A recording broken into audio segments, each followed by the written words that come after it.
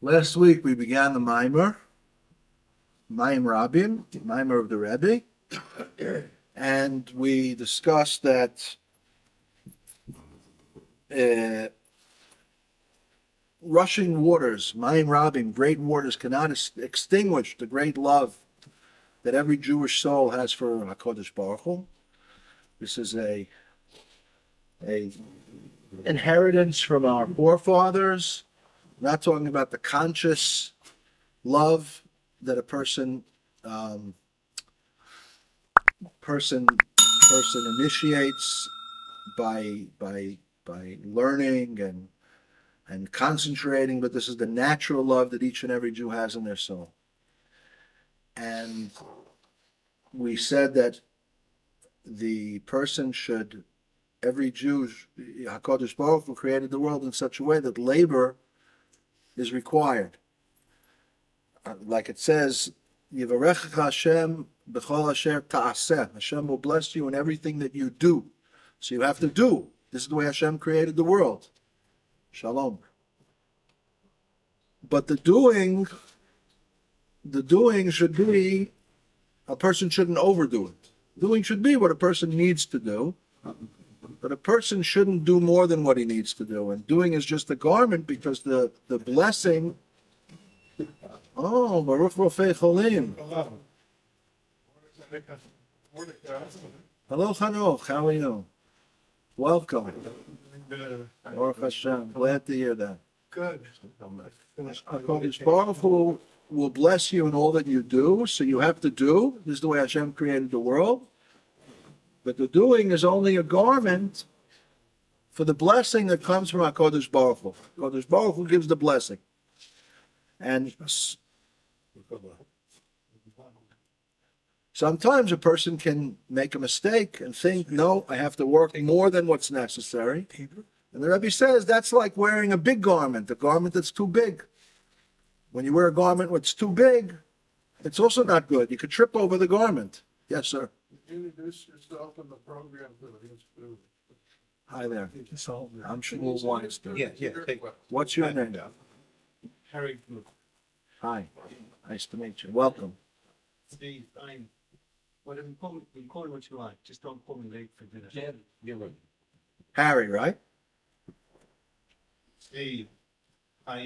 Yeah, and this was one of the causes of the exile. That this is a mistake that people think that it's my hands and my power that made me this wealth. The blessing of wealth comes from HaKadosh Baruch Hu, and a person has to use his hands and he has to use his mind, but the inner recesses of his mind he should keep holy and separate for Torah and mitzvahs. That's what we learned last week. So now this week we're going to continue on page 298. 289. 298. We got up to 298. 290? Yeah, I think so, yeah. Oh, yeah. Let's see, one sec. Maybe you're right. So what are we doing here? We're learning a Maamar of the Rebbe. Yeah, no, we got up to.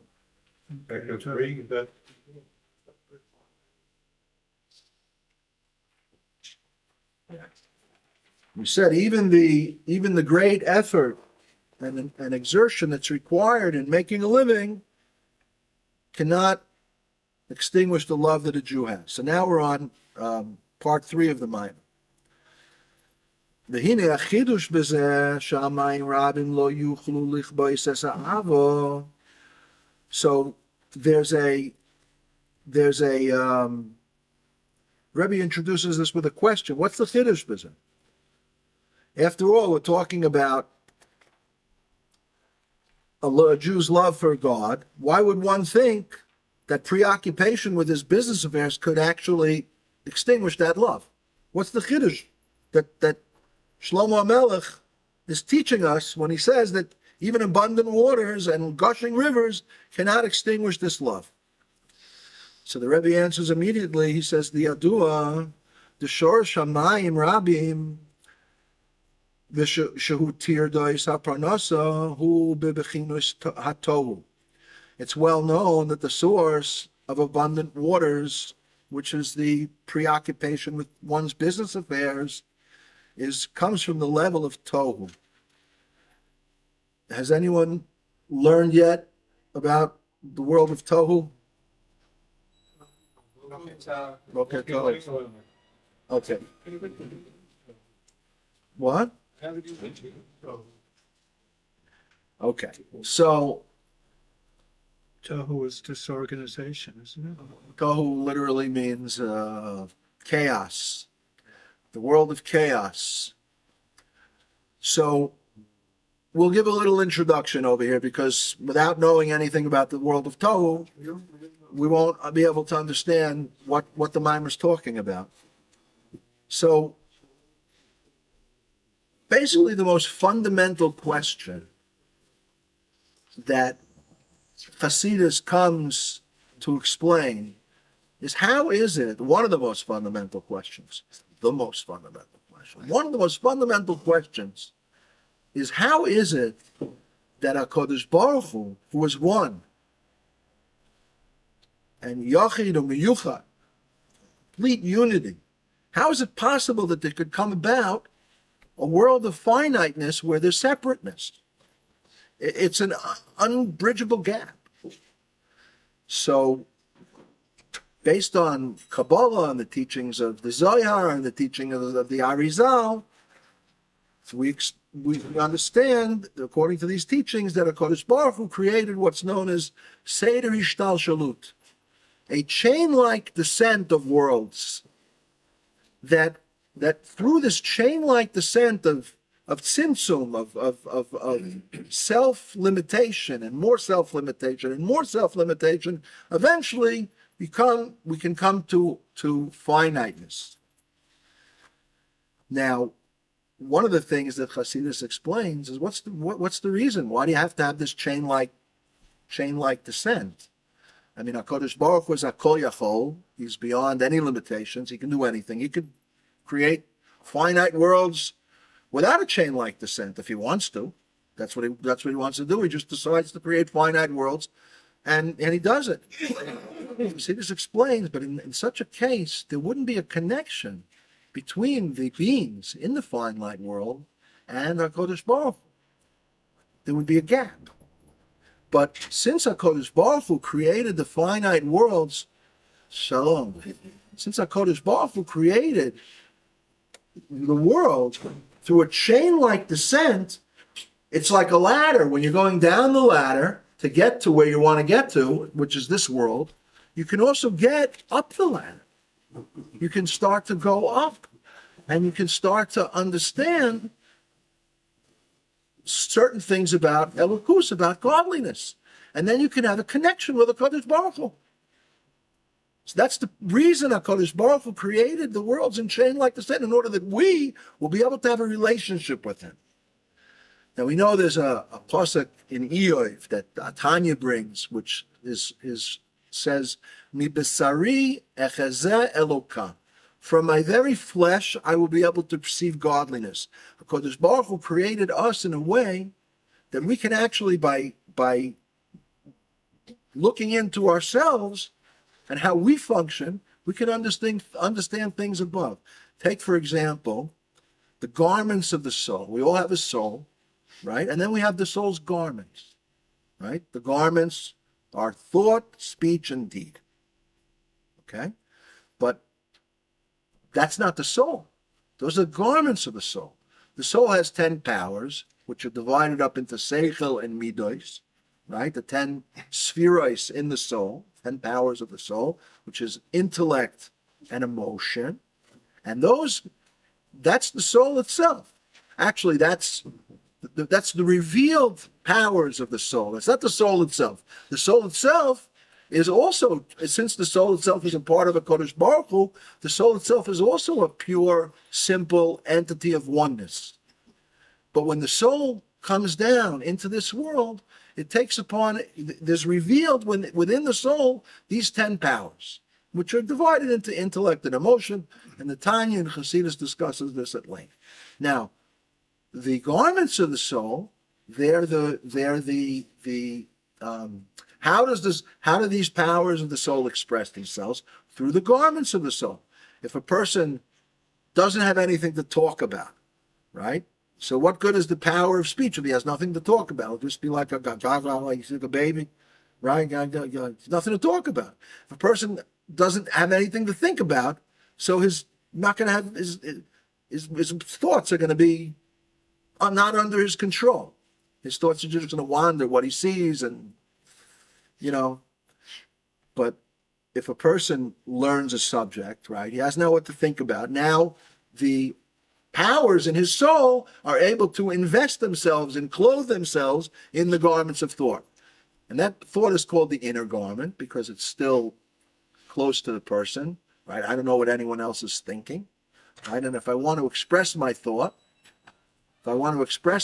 I speak, right?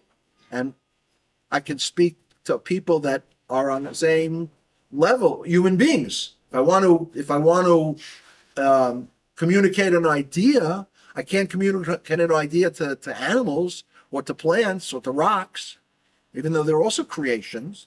I can only communicate an idea to someone who also is on the level of understanding ideas. And that's more of an outer garment in relation to thought. And then there's action, where I can actually move things. I can manipulate the world. I can control rocks and the plant kingdom. So these are garments of the soul. These are not the soul itself. The soul itself has seichel and midos, intellect and emotions, right? And then there's the source of the intellect and emotions of the soul itself. The intellect and emotions, they have a source. Yes. So the world of Tohu was a world of disconnection. Is that fair to say? Disconnection, it creates disconnection. So what is the purpose of that? We're going to get to it. We're developing. We didn't get to Tohu yet. We spoke Tohu, and we're going from the bottom up. If we were up there, right, we would go from the top down. But we're down here, so we'll go from the bottom up, right, and we'll get to Tohu. So in the spiritual worlds, you said there's Atzilus, Bria, Yetzira, and Asiya. There are 3 worlds of creation, and then there's the world of Atzilus. So the 3 worlds of creation correspond to thought, speech, and deed. Atzilus is the world of emanation. That's the world where the Esses Spheros, the 10. Is there a translation for Spheros? The 10 aspects of godliness that Hashem chose to use to create the worlds. They are all revealed in Atzilus, and that corresponds to the 10 powers of the soul, as they are in the soul before they get put in the garments, before they got enclosed in the garments of the human being, right? And the worlds of Bri, Yetzira, and Asiya, they correspond to thought, speech, and deed in a spiritual way. That Atzilus now comes into the world of Bria. The 10 spheres now are invested in the world of Bria, and then they get invested in the world of Yetzira, and then they get invested in the world of Asiya. So that's how we can understand from our body how it is above, up to the world of Atzilus. Okay? Somewhat.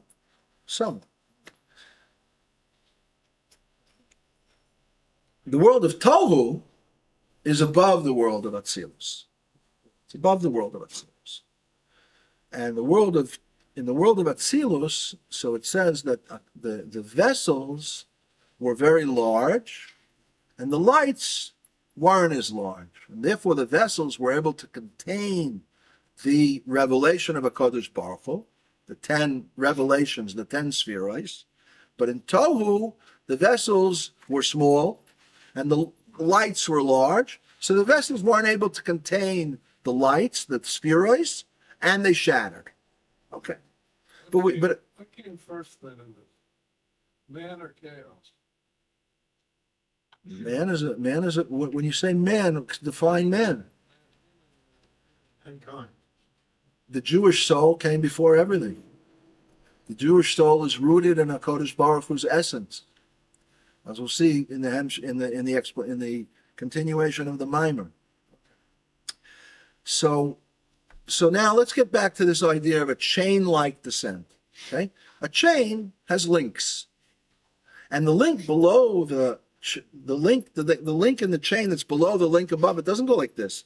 It goes like this, right? It's inside the link that it comes from. It's in the lowest level, the most external level of the link that it comes from, but it's inside the link that it comes from. Okay? The level, you say the link is the level that is its source, it's already there. But it's not revealed yet. But its potential to be revealed is already there. So there's two ways that this chain-like descent could come about. The first way is that, take for example, from Chochmah, which is the first of the Spheros, Chochmah, there comes Bina. Bina is the second. Chochmah is described as a point, right? A point has no dimension, right? Everything is included in it, but what is it? Can't really define it because it's Elokus. Chochmah is godliness. It's complete bittul, complete nullification to godliness. And the outermost level of Chochmah, there, Bina begins to take form. Bina is expansion. Bina is width, breadth, depth of an idea. Chochmah is the kernel, the flash of the idea, which is a point. It doesn't take on form. Only starts to take on form in Bina. So there's two ways that you could look at it. One way you could look at it is that Bina is that Chochmah is not shalem. Chochmah is not complete until it gives forth Bina. And Bina is not complete until it gives forth Midos. Midos are emotions. Chochmah and Bina are called Abba and Ima, father and mother, because they're the ones, they give birth to the emotions. So there's one way to look at it, that Chochmah and Bina, Chochmah is not complete until it starts to give forth Bina. Chochmah and Bina are not complete until they start to give forth, until they start to give forth emotions, and so on and so forth, downward, like in the chain-like descent from one sphere to the other. That's one way to look at it. Another way to look at it is that, yeah, Bina is included in Chochmah, but it's included in Chochmah. Chasidus brings a mashal from the Gemara, where the Gemara discusses impurity of foods. That's a big subject, impurity of foods. These days, there's kosher and there's not kosher. But we're not on the spiritual level where we're going into the Beis HaMikdash. We have to be pure, and if we touch a food that is impure, so then we have to go to the mikvah, and there's different levels of impurity. And there's a difference in halacha between the impurity of liquids and the impurity of solids. There's a discussion in the Gemara. So the Gemara discusses the wine, or the juice, that's inside the grape. There's juice inside the grape. Is the juice inside the grape considered part of the grape, and therefore a solid? Or is the juice that's inside the grape considered a liquid? There's a discussion. So, in the same way, Chasidus explains when the spheres are connected one to the other, and the Chochmah is not complete until it gives forth Bina, so then it's part of Chochmah. Bina is already part of Chochmah. It's connected with Chochmah. But if Chochmah is just Chochmah, and Bina comes from Chochmah, but once Bina comes from Chochmah, it has no relationship to Chochmah anymore. So then it's like, the Gemara says, like this, the grape juice that's inside the grape is like it's a picadon. It's a picadon. What's the word in English? When I give you something to hold on to. Deposit. A deposit. It's not part of the grape. It's a deposit the grape is holding on to. Eventually it'll come out of the grape, but it's not really part of the grape. It's a deposit. So is Bina a deposit that's within Chokhmah, or is it an actual part of Chokhmah? And there's two ways to look at it. And the way that we usually look at it is that Bina is part of Chokhmah, and Midos are part of Seichel. When someone learns an idea, so already in the idea, even though intellect and emotion are two separate worlds, already in the idea there's a bechein. There's already a feeling, yeah, this is the way it has to be. And there's already a certain type of intellectual excitement. That excitement is already midos that are concealed within the intellect, but they're about to be revealed from the intellect into actual emotion. So when the chain-like descent comes about, where the connection between the link below and the link above it are connected, and one isn't complete without the other, so that's the world of tikkun. That's not the world of tohu. That's not what we're talking about in this Maamar. That's the world of tikkun. That's atzilus. Atzilus is where all the midos, all the spheros are kalul zeh b'zeh. They're all included one with the other. They all work together. There's harmony. There's all harmony. And where there's harmony, there's unity. But if the midos, I come from you, but so what? Like, take for example, parents who have children, right? They want their children to be respectful. They want their children to recognize the parents, the value of the parents. They want the parents want the children to feel connected to the parents, right? And usually that's the right way, yeah. And usually that's the way it should be, and that's the way it is in many cases. But in many cases, not like that, right? The children, they have their own lives, and they don't want to be connected to the parents. Okay, yeah, I came from you, but now I have nothing to do with you. That means it's extreme, but that happens sometimes. So that's also a way of hishtalshelus. That's also a chain-like descent. But in that chain-like descent, there's a gap. There's a disconnect. There's a disconnect, and that's tohu. That's the world of tohu. Okay, so HaKadosh Baruch Hu, before the Tzimtzum Harishon, before isn't the right word.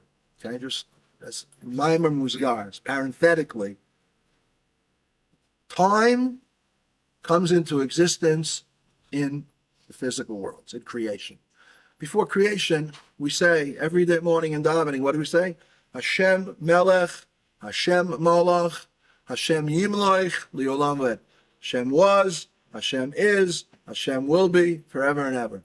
That's talking about HaKadosh Baruch Hu before he creates the worlds. It's beyond time. In Atzilus, that's talking about the world of Atzilus. There's a concept of time. There's a shaychus to time. There's a relevance to time, but there's no time yet.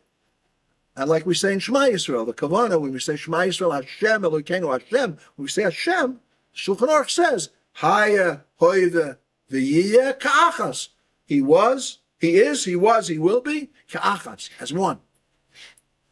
It's beyond our capacity to understand, but our neshamas can sense that, yeah, Kodesh Baruch Hu, yeah, he's beyond. He's beyond. We have a connection to him. So, yeah, so when we say before, we're talking about level. We're not talking about time. And whenever we're not talking about time, we're talking about forever. We're talking about nitzchi. In other words, the world of Atzilus is nitzchi. The world, it's going on right now. The world of Tohu is nitzchi. It's going on right now.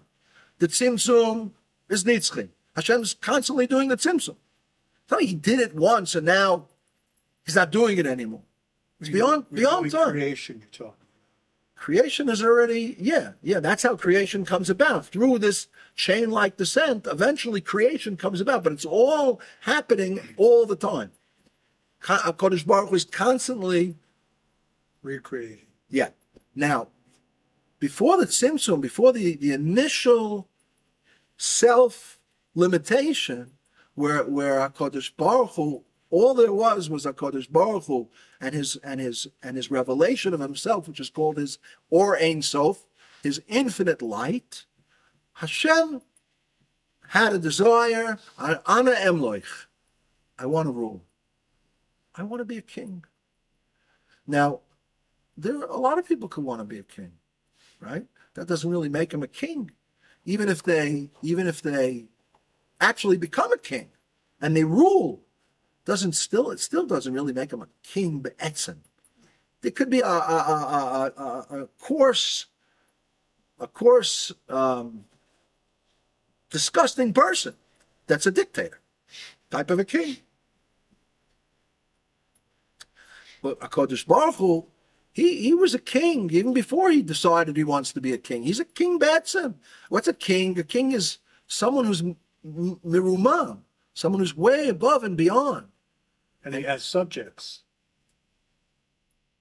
Yeah, a mortal king has to have subjects. But if someone was a king be'etzem means that in truth, in essence, he's a king, right? HaKadosh Baruch Hu is a king over us, right? Because we choose him, choose. He's a king over us whether we agree with his kingship or not. But he wants us to choose and accept his kingship over us. But his kingship is a real kingship, because a king is like, take for example the Rebbe, okay? The Rebbe was completely above and beyond having to deal with us, but he was mirumam. But he took himself in his state of that state of being mirumam, and lowered himself to us. That Moshe Rabbeinu was up on Har Sinai for 40 days and 40 nights. But Moshe Rabbeinu's main job was to teach Bnei Yisrael and to guide Bnei Yisrael, right? He was a king, but he was a king that had bittul and had modesty, that he lowered himself to the level of the people in order to elevate the people. And that's what Hashem wants. Hashem is a king be'etzem. Even before there were subjects. That's what we say in Adon Olam, right? Hashem malach b'terem kol yitzur nivra. Hashem was a king even before anything was created. Because he doesn't have subjects. Right. So how is he a king? Because that aspect of romance, that aspect of exaltedness, which is the true aspect of a king, doesn't require subjects. But Hashem wanted to have subjects. And also a place. And also a place that he would rule, that we would accept his rule. Right. He had a desire for worlds, for this world. So that oneness before the Tzimtzum didn't allow for worlds. The power of the Or Ein Sof, the power of Hashem's infinite light, the revelation of Hashem's infinite light, the oneness of Hashem's infinite light didn't allow for worlds. As soon as you have worlds, you have finiteness. As soon as you have worlds, you have definition. And the possibility of relationship. And Tov. We're going to get to Tov. And the possibility for a relationship. Very good. The first world was called Adam Kadmon. Ak. I'm not going to get into Ak, but in Ak, the 10 spheros were revealed in a point. It was the potential for the 10 spheros. But there was a world, and there was 10 spheros that were revealed in a point. You can already define it. Now, that was the external revelation of the world. The internal aspect of the world is godliness. Notice that Tzimtzum doesn't actually hide godliness from himself. It's only from the bottom looking up that there's a Tzimtzum. But from the top looking down, there's no Tzimtzum. So, in the first world, which is called Ak, already there was the possibility of fragmentation, because there was the internal aspect of Ak, where Ein Oid Milvadoi, there's nothing, and then there's the external aspect of Ak, where there's the 10 spheros in a potential and a point. They haven't been revealed yet, but they're about to be revealed. And that is not a fragmentation, but it gives the possibility for fragmentation. And in Tohu, that's where the chain-like descent comes about in a fragmented manner. So, HaKadosh Baruch Hu revealed the 10 spheros in a very, very powerful manner in the world of Tohu. The Kalim, since they didn't feel the harmony, they didn't have the harmony one with the other, right? There's two explanations of why they shattered. Again, shattered, don't think of it, like a piece of glass. We're not talking about something physical, but a piece of glass can help us to try to understand it somewhat, okay? But the kalim, there's two reasons given. One is they weren't large enough. They didn't have the capacity to contain the great light that was revealed over there. And the other reason is they didn't work together. For whatever the reasons, or both of the reasons, they shattered. And when they shattered, the sparks, they still continued to go through the chain-like descent of worlds. But already now, there's a disconnect. And that leaves room for what we have in this world, which is called klipa. Actually, the existence of an actual force, an actual spiritual force that feels itself as I exist. The true existence is I exist. HaKadosh Baruch Hu exists. But the existence that we feel down here is I exist. And we have to now take that I and realize that what's the true I? The true I is HaKadosh Baruch Hu. Like we say, HaKadosh Baruch Hu created something from nothing. What's nothing? No thing. But that nothing is the true something. He's the true something. And it's just through the tzimtzum and the hester and the hester and the downward trajectory that we feel ourselves as separate beings. It's an illusion, like we discussed at length in Rechavia Maamar. You wanted to ask something, Yaakov? The fragmentation starts after Bereshit. Before. Okay. Before the fragmentation, what is it? Achdus. Okay. So the fragmentation is already The possibility is already the possibility for worlds. And worlds, by definition, are limited. And whenever you have something that's limited, you have two. You can't have limited with one. In one, there's just one. Absolute is already fragmentation. Yeah, but it's a fragmentation that's unified. Okay. It's 10. It's 10 that are one. So They all work together. They all understand that we all have one source, and Hashem wants all of us. Atik Yamim is where? Atik Yomim, Pnimius HaKeser. There's no fragmentation in Atik Okay. Yomim, because that's the Pnimius. Okay. All right. There is something even before Atik Yamim.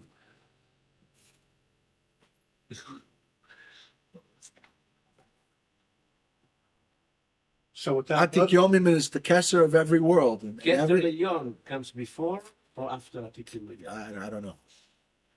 so without otherness, you can't have something. What do you mean otherness?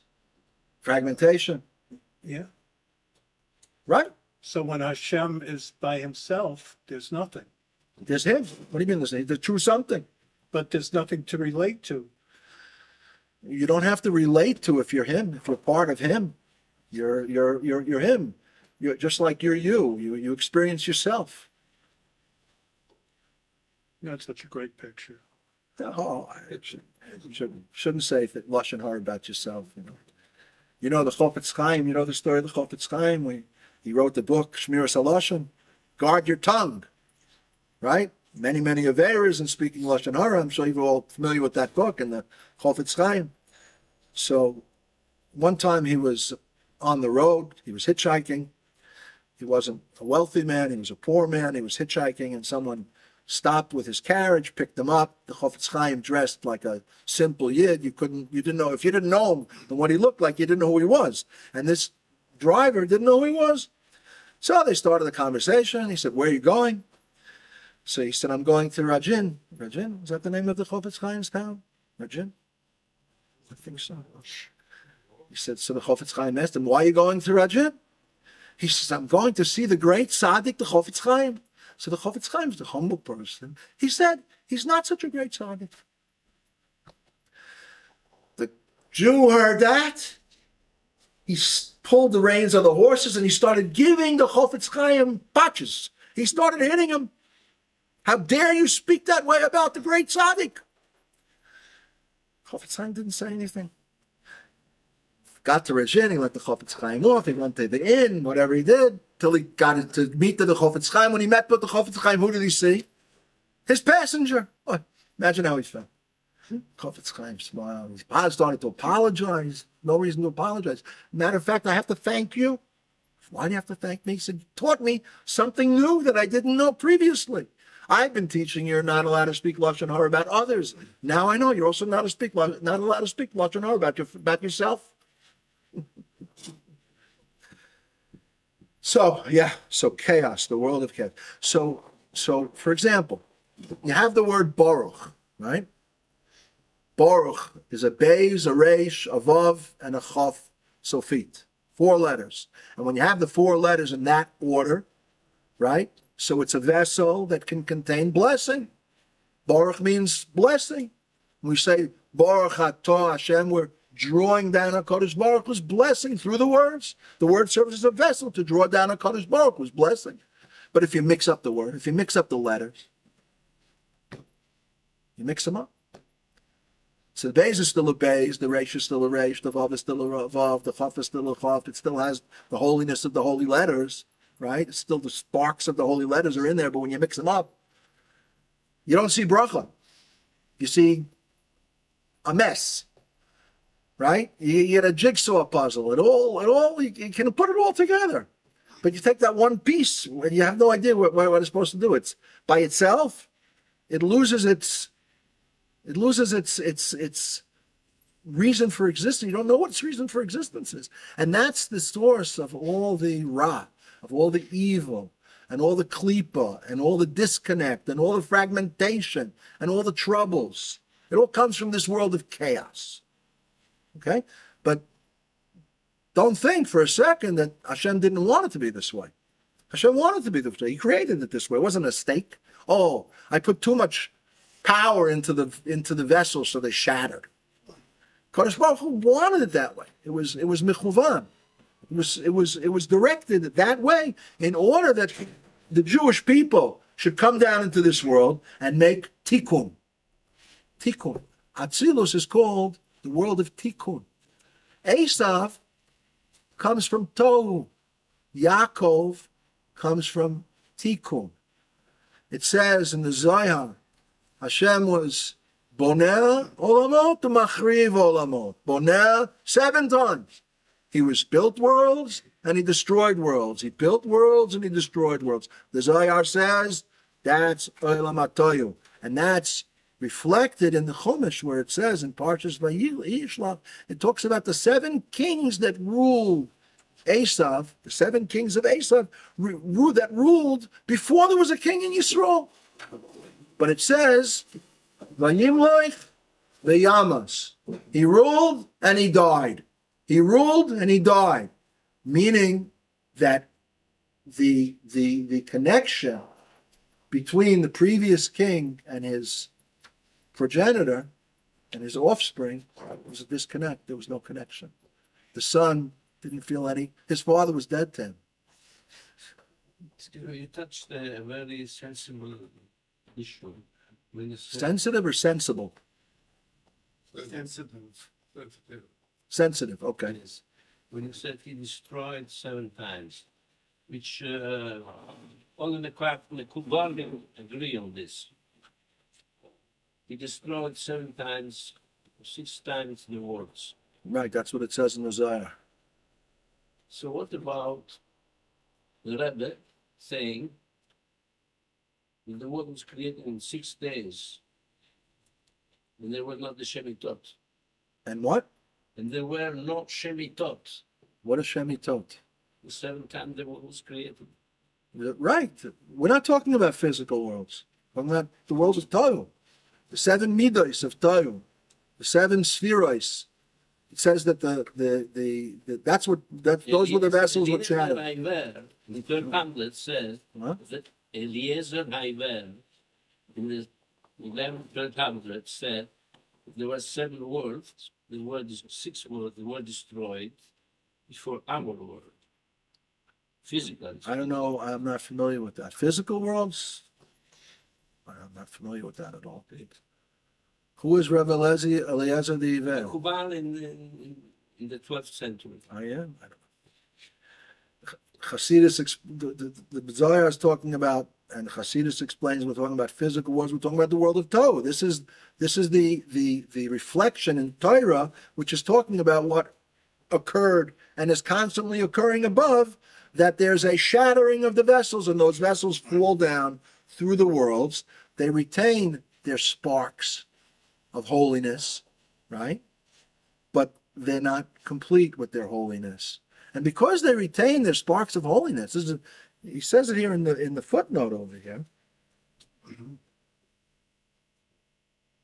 And a little later on, in a different footnote, that since the lights, the Or Ein Sof, the spheroids, the revelation in Tohu was such a powerful revelation, and it shattered the vessels, and those sparks came down into this world, but in a jumbled up manner, and it in each world of Bria, Yetzira, and Asira uses those sparks, and in this world, those sparks are in the physical, and in the vegetable, and in the animal.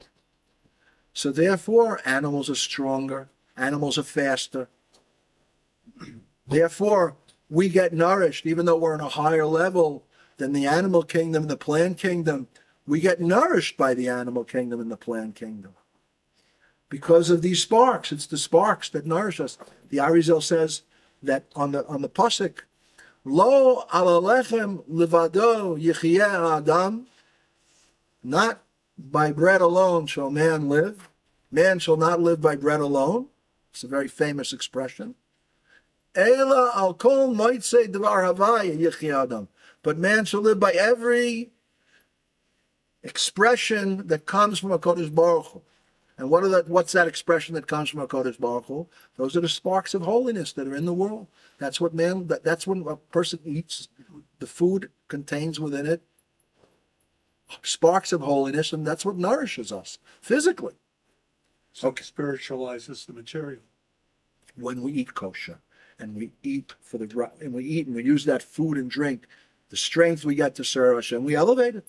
And that's tikkun.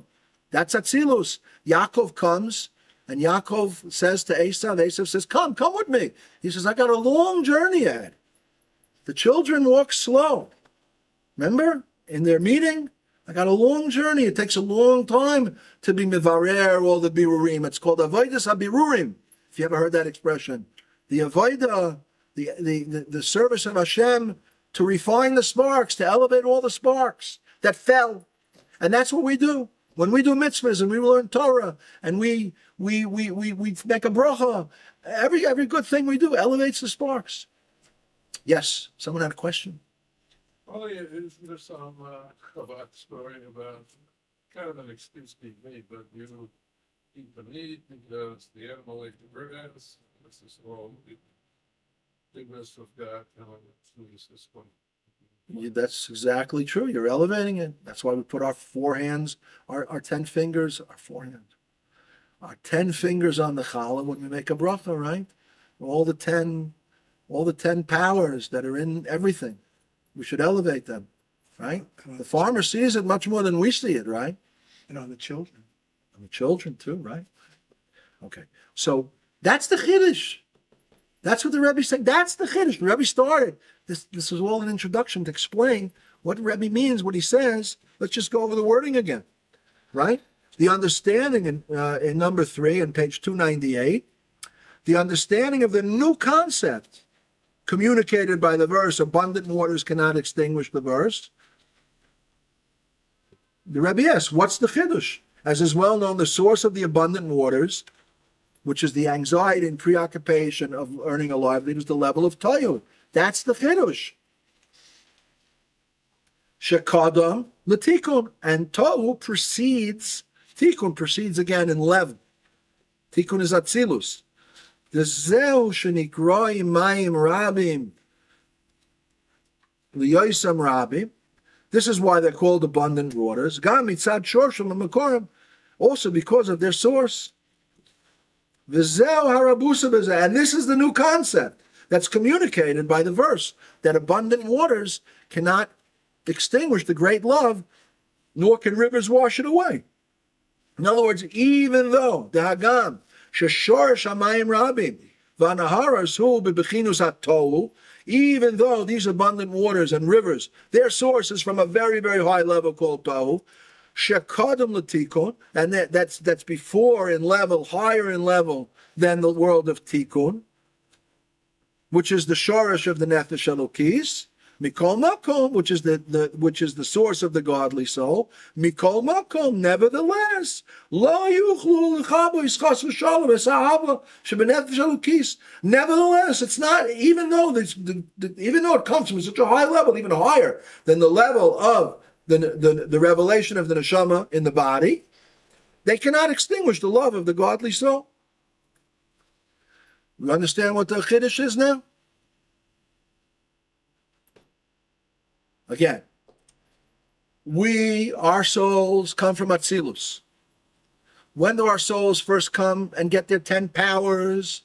They come in Atzilus. And then they go down through Bria, and then Yetzirah, and then they get born in Asiyah.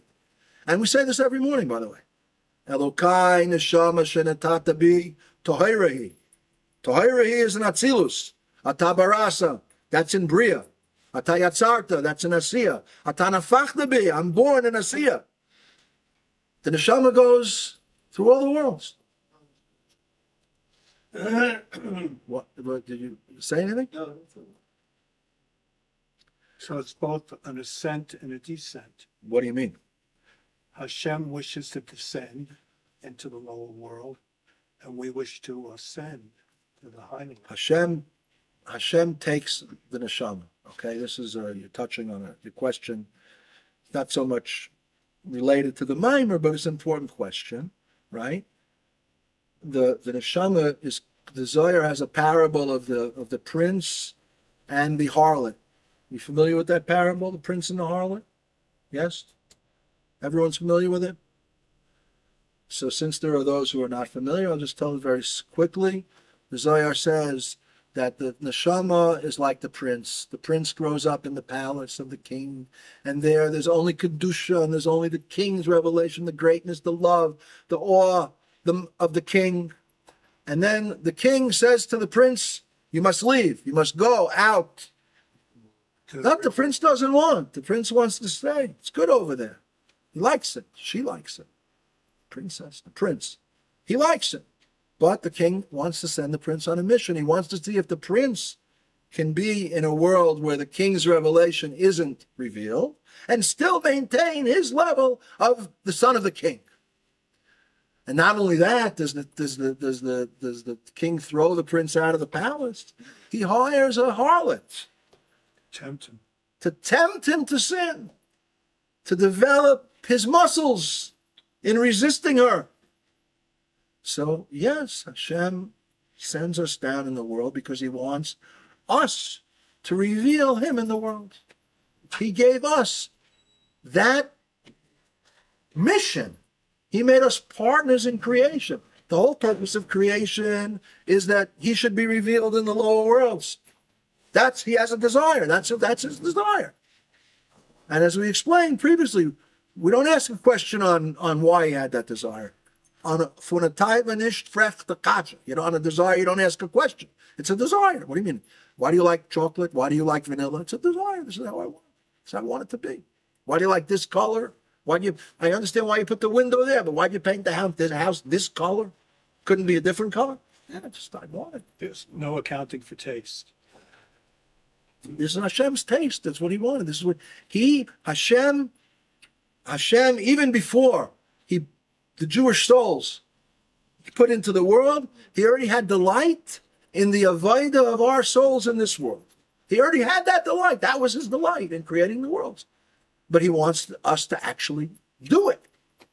That's where that's where the true delight comes, when we actually carry it out. We take the potential that he envisioned and we actualize it in this world. And by doing that, we make this world a dwelling place for him. That's the purpose. And he gave us that mission to be partners in creation. He created, and he said, go ahead, now fix it. You're from Tikkun. Your neshama comes from Atzilus. True, it's a lower level than Atzilus, than Tohu.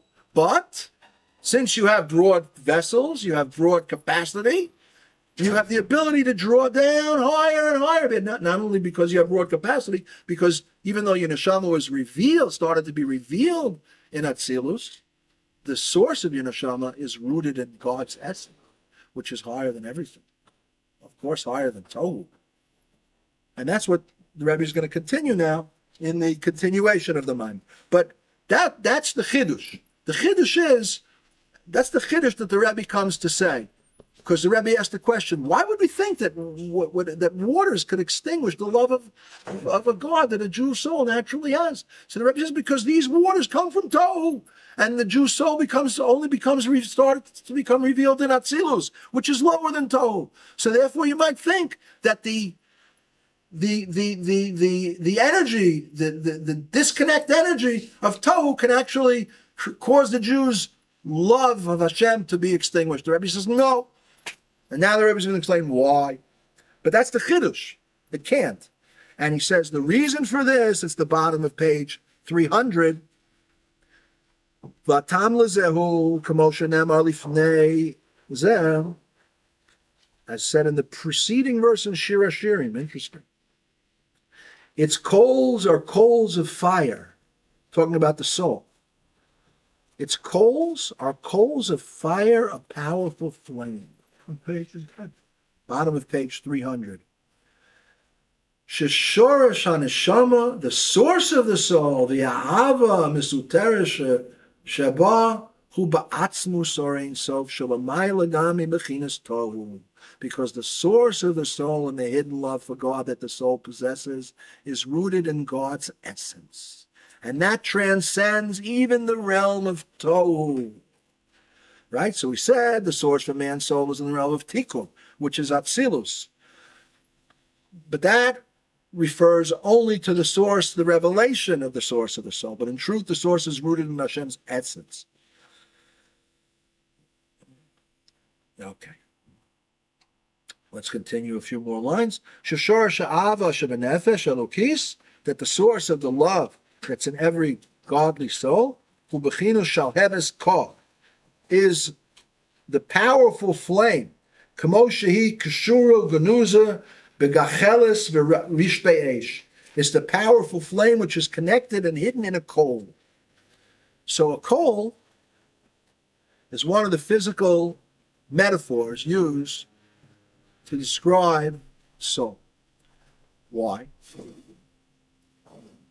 Anyone who's made a barbecue knows that once the coals are lit, right, the fire's inside them. And even though you don't actually see a revealed fire, if you touch the coal, you're going to get burnt. And all you have to do to bring that hidden fire that's inside the coal to the surface is fan it, right? Bring some air. They got the menafnef, that plastic thing. Billows. Huh? Billows. Billows, that's they used to do the whole time with the furnaces. They're these plastic things, you go like this. Or you take a piece of cardboard, you fan the coals, and all of a sudden they burst into flames. Where was the fire? I don't see any fire. It was there. It was there. It's hidden. And this is where the love of the Jew is hidden. It's hidden. It may not always be revealed, but it's hidden. It's very easy to bring to the surface. It's called Rash Be'esh, flames of fire that are hidden in the coals. So as we said earlier, the neshama, in the beginning of the shiur, the neshama has the revealed powers, right? The revealed powers of the neshama are its powers of intellect and its powers of emotion, which emotion comes down into the powers of action. the 10 spheres in the neshama. But that's when it's in a revealed state. Where do those powers come from? They come from the neshama as it existed itself. higher. The source of the neshama. Here, take for example, a child. We grow up. When we're born, we already have seichel and midos. We already have intellect, and we already have a neshama. It already has in our body powers of intellect and emotion, but it's undeveloped, right? The emotion is a little more developed, right? Children cry, but they don't understand. How come all of a sudden, as they grow, they understand? Because they're able to draw more power from the source of their neshama into their neshama. Again, the garments of thought, speech, and deed are the garments of the neshama. But by studying, and even when we're adults, a subject at first might seem very difficult. But if a person studies and studies, and they say they break their teeth on it, yeah, and they go over it, and they think of it in this way and that way, and then palpel with their colleagues, and they discuss and they work on it, all of a sudden, wow, I got it. Something becomes revealed to me, and I understand. I grasp the concept. How come they didn't grasp it before? They didn't have seichel before. They had seichel before, but by using their intellect, they drew down more seichel from the source of seichel. And the source of seichel is in the metaphor, and also the source of the love is in the metaphor of the fire that's hidden in the coals. Well, we have a few more minutes. What is the difference of tohu here and tohu where haaretz hayta tohu?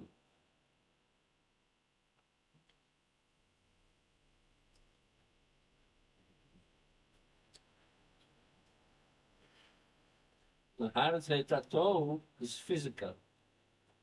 Yeah, so that's the difference. But if you But look, here tohu is not physical. right. But if you So look, the first time we find a word in the Torah is the real meaning of the word. when it says "V'haaretz hayat tohu v'vohu," it's talking about a physical tohu. That physical tohu, again, everything comes from the chain-like descent.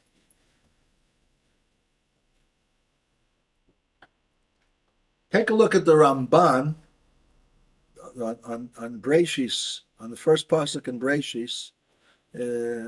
Rabbi Dr. Chavel, I think, has a very good pirush.